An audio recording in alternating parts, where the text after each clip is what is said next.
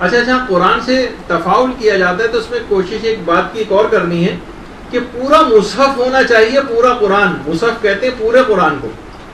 بعض اوقات ہم 5 سورہ اٹھا لیتے ہیں، کوئی ایک پارہ اٹھا لیتے ہیں اور اس کو علماء نے منع کیا، کہا کہ پورا قرآن ہونا چاہیے. ایسا نہ ہو کہ کوئی ایک پارہ اٹھا کے اور اس طرح سے کھول کے آپ اس میں کوئی آیت تلاش کریں. اسی طریقے سے اوقات کون سے بہترین ہیں استخارے کی؟ دیکھیے بہترین اوقات کون سے ہیں؟ یا تو فجر کی نماز کے سجدے میں آپ یہ استخارہ کریں، یا نماز شب کے سجدے میں یہ والا استخارہ کریں، یا مثلا جیسے میں نے پہلے سے کہا تھا نافلہ صبح کے سجدے میں استخارہ کریں، وہ دعا جو پڑھی جاتی ہے. اور بعض علماء فرماتے ہیں کہ استخارہ جمعے کے دن سورج نکلنے سے پہلے کیا جائے. جمعے کے دن سورج نکلنے سے پہلے تو صحیح طور پر استخارہ کا پتہ چلتا ہے. البتہ کچھ علماء نے اس کی بالکل برخلاف بات بھی کہی ہے کہ استخارے کو غیر از جمعہ دکھوانا چاہیے. جمعے کے دن کے استخارے کے نتیجے صحیح طور پر پتہ نہیں چلتے. اچھا، ہر واجب نماز کے بعد آپ استخارہ کر سکتی ہیں، ہر مستحب نماز کے بعد استخارہ کر سکتی ہیں. ویسے تو استخارے کے اتنے زیادہ اوقات ذکر ہوئے ہیں کہ محدث کاشانی ہمارے ایک عالم گزرے ہیں جنہوں نے پوری ایک کتاب لکھی ہے تقویم المحسنین کے نام سے. تقویم المحسنین میں اتنا بڑا چارٹ بنا ہے اوقات استخارہ کا، نہ کسی کو یاد نہیں ہو سکتا، بہرحال اس کے اندر اتنے لمبے چوڑے چارٹ بنا ہے. تو بہرحال لیکن وہی اہم ترین وہی چیزیں کہ جو میں نے ابھی آپ کے سامنے آپ کی خدمت میں پیش کی. اچھا، بعض علماء فرماتے ہیں کہ اگر بعض علماء کا طریقہ کار ہے کہ رمضانوں میں استخارہ نہیں کرتے اور عاشورے کے دن بھی استخارہ نہیں کرتے، نہ رمضان میں استخارہ نہ عاشورے میں، بلکہ سعی اور کوشش اور مشورے کے ذریعے معاملات کو حل کرتے. ایک تو یہ بھی پیغام ہے کہ عاشورہ خود کسی اس لحاظ سے بیٹھنے کا نام نہیں ہے بلکہ ایک عملی دن کا نام ہے، تو اس دن بھی عمل کے اعتبار سے بات ہونی چاہیے. اور اسی طریقے سے رمضان میں پورے کوشش کرنے کا نام ہے، شیطان کے مقابلے میں کھڑے ہونے کا اور تقوی پرہیزگاری میں آگے بڑھنے کا. تو اس میں بھی بستر میں بیٹھ کے کوئی چیز نہ کی جائے بلکہ دماغوں کو لگایا جائے، محنت کی جائے. تو رمضان میں اور عاشورہ میں اکثر علماء کا طریقہ کار ہے کہ وہ استخارے نہیں کرتے. اچھا، بہترین جگہ استخارے کی کون سی کہ جہاں کے نتیجے بالکل ٹھیک ٹھیک آتے ہیں؟ اگر کسی کو ایسی کوئی چیز میسر آ جائے تو بہترین جگہ استخارے کی امام حسین علیہ الصلوۃ والسلام کی قبر مبارک کے نزدیک استخارہ کیا.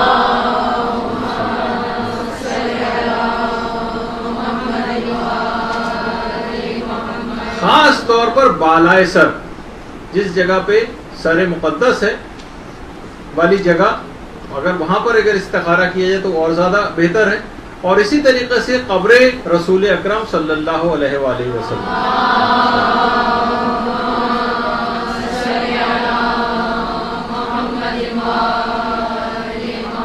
یہاں پیغمبر اسلام کی قبر ہے اندر. اور ویسے اور تفصیل ہے کہ کچھ 2 قبروں کی جگہ اس طرف خالی ہے، جس میں کہا جاتا ہے کہ 2 قبریں جو ہوں گی جو پیغمبر اسلام کی زہری کے الٹے ہاتھ کی طرف جو ہیں، اس میں جو جگہ خالی ایک حضرت عیسیٰ کو دفن کیا جائے گا اور خود امام زمانہ علیہ الصلوۃ والسلام کو انتقال یا شہادت کے بعد یہاں پر دفن کیا جائے گا.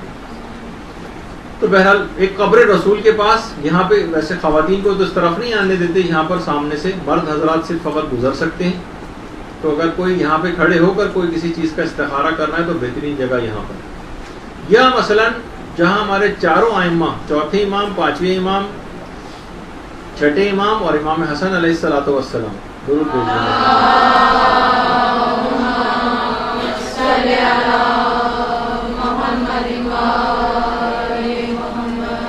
ان کے قریب تو قبروں کے نہیں جانے دیتے، البتہ جتنے بھی قریب ہو سکتے ہوں وہاں جا کر اگر استخارہ کیا جائے. بلکہ ہر مشاہد مشرفہ جتنی بھی ایسی جہاں پر دعاؤں کی قبولیت کی جو جگہ ہیں وہاں پر اس استخارے کو کیا جا سکتا ہے. اس کے بہترین نتیجے برآمد ہوتے ہیں، جس میں خود ایک مسجد الحرام کا صحن اور یہ خانہ کعبہ کے سامنے اگر استخارہ کیا جائے تو اس کے بھی نتیجے جو ہے وہ واضح طور پر بالکل صحیح پتہ چل جاتے ہیں.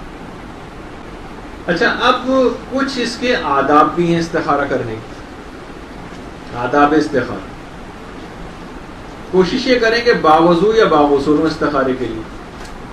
ایک تو یہ ہے قبلہ رخ ہو جائیں، قبلہ رخ ہو کر استخارہ کریں. صدق نیت، بالکل سچائی کے ساتھ، سچی نیت کے ساتھ استخارہ کریں. استغفار اور توبہ کریں استخارہ کرنے سے پہلے. یہ ہے استخارے کے آداب میں سے. دوران استخارہ باتیں نہ کریں. یہ باتیں بھی کرتے جا رہے ہیں اور تسبیح بھی گھما رہے ہیں، یہ نہ ہو. کسی بھی امر دنیا میں دوران استخارہ مشغول نہ ہو. ٹی وی دیکھ رہے ہیں اور استخارہ کر رہے ہیں، نہیں، ایسا نہیں. امر دنیا میں مشغول نہیں ہونے چاہیے. اس کے علاوہ یہ کہ اگر خواہش کے مخالف آ جائے استخارہ، ہم کسی جگہ شادی کرنا چاہ رہے ہوں، مثلا استخارہ منع آ جائے، تو شکر خدا، پروردگار کا شکر بجا لائیں اور اس بات کا بھی شکر کریں کہ اس نے توفیق دی کہ آپ نے خدا سے مشورہ کیا. یہ بھی ایک استخارے کے ان احکام میں سے ہے، ان آداب میں سے ہے کہ جس کی رعایت کرنی چاہیے استخارہ کرنے سے پہلے. برحمتك يا أرحم الراحمين وصلى الله على محمد وآله الطاهرين.